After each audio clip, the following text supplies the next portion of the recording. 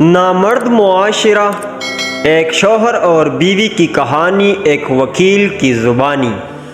میرا شوہر نامرد ہے اور مجھے خلا چاہیے۔ وہ تنسیحی نکاح کا عام سا کیس تھا۔ اچھی پڑھی لکھی فیملی تھی، 2 پیارے سے بچے تھے، لیکن خاتون بضد تھی کہ اس کو ہر حال میں خلا چاہیے، جبکہ میرا موکل مدعا علیہ یعنی شوہر شدید صدمے کی کیفیت میں تھا۔ جج صاحب اچھے آدمی تھے۔ انہوں نے کہا کہ آپ میاں بیوی کو چیمبر میں لے جا کر مصالحت کی کوشش کر لیں، شاید بات بن جائے۔ مدعا علیہ یعنی شوہر کا وکیل ہونے کے ناطے میں نے فوری حامی بھر لی، جبکہ مدعا یعنی بیوی کے وکیل نے اس پر اچھا خاصا ہنگامہ بھی کیا، لیکن خاتون بات چیت کے لیے راضی ہو گئی۔ چیمبر میں دونوں میاں بیوی میرے سامنے بیٹھے تھے۔ ہاں خاتون، آپ کو اپنے شوہر سے کیا مسئلہ ہے؟ میں نے پوچھا۔ وکیل صاحب، یہ شخص مردانہ طور پر کمزور ہے۔ میں اس کی بے باکی پر حیران رہ گیا۔ ویسے تو کچہری میں زیادہ تر بے باک خواتین سے ہی واسطہ پڑتا ہے، لیکن اس خاتون کی کچھ بات ہی الگ تھی۔ اس کے شوہر نے ایک نظری شکایت اس پر ڈالی اور میری طرف امدادی طلب نظروں سے گھورنے لگا۔ میں تھوڑا سا جھلا گیا کہ کیسی عورت ہے، ذرا بھی شرم و حیا نہیں ہے۔ بہرحال میں نے بھی شرم و حیا کا تقاضا ایک طرف رکھا اور تیز تیز سوال کرنا شروع کر دیا۔ جب اس سے پوچھا، کیا آپ کا اپنے مرد سے گزارا نہیں ہوتا؟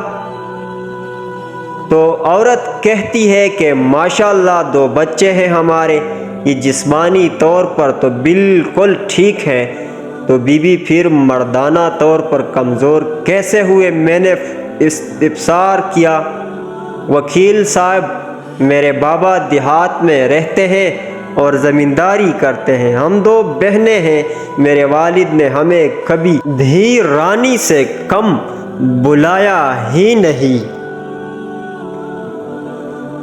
میرے شوہر مجھے کتی کہہ کر بلاتے ہیں، یہ کون سی مردانہ صفت ہے؟ وکیل صاحب، عورت کہنے لگی، مجھ سے کوئی چھوٹی موٹی غلطی ہو جائے تو یہ میرے پورے میکے کو گالیاں دیتے ہیں۔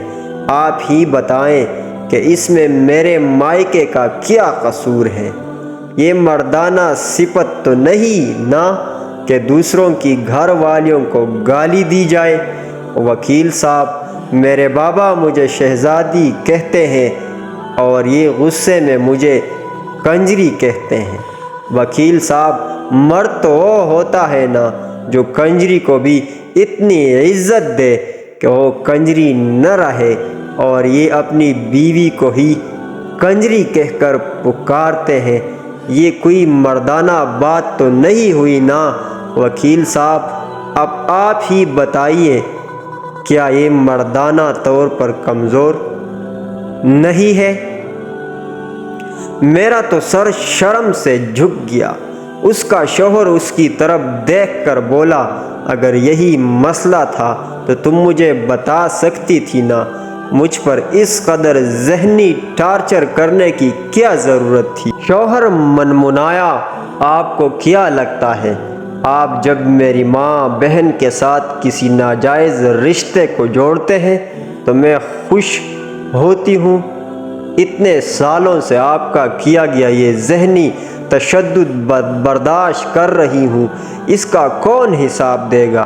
بیوی کا پارا کسی طور کم نہیں ہو رہا تھا۔ خیر، جیسے تیسے منت سماجت کر کے سمجھا بجھا کے ان کی صلح کروائی۔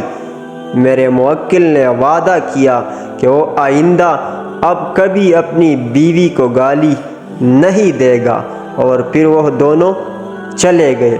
میں کافی دیر تک وہیں کھڑے سوچتا رہا کہ گالیاں تو میں نے بھی اس خاتون کو اس کے پہلے جواب پر دل ہی دل میں بہت دی تھیں، تو شاید میں بھی نامرد ہوں، اور شاید ہمارا معاشرہ نامردوں سے بھرا پڑا ہے۔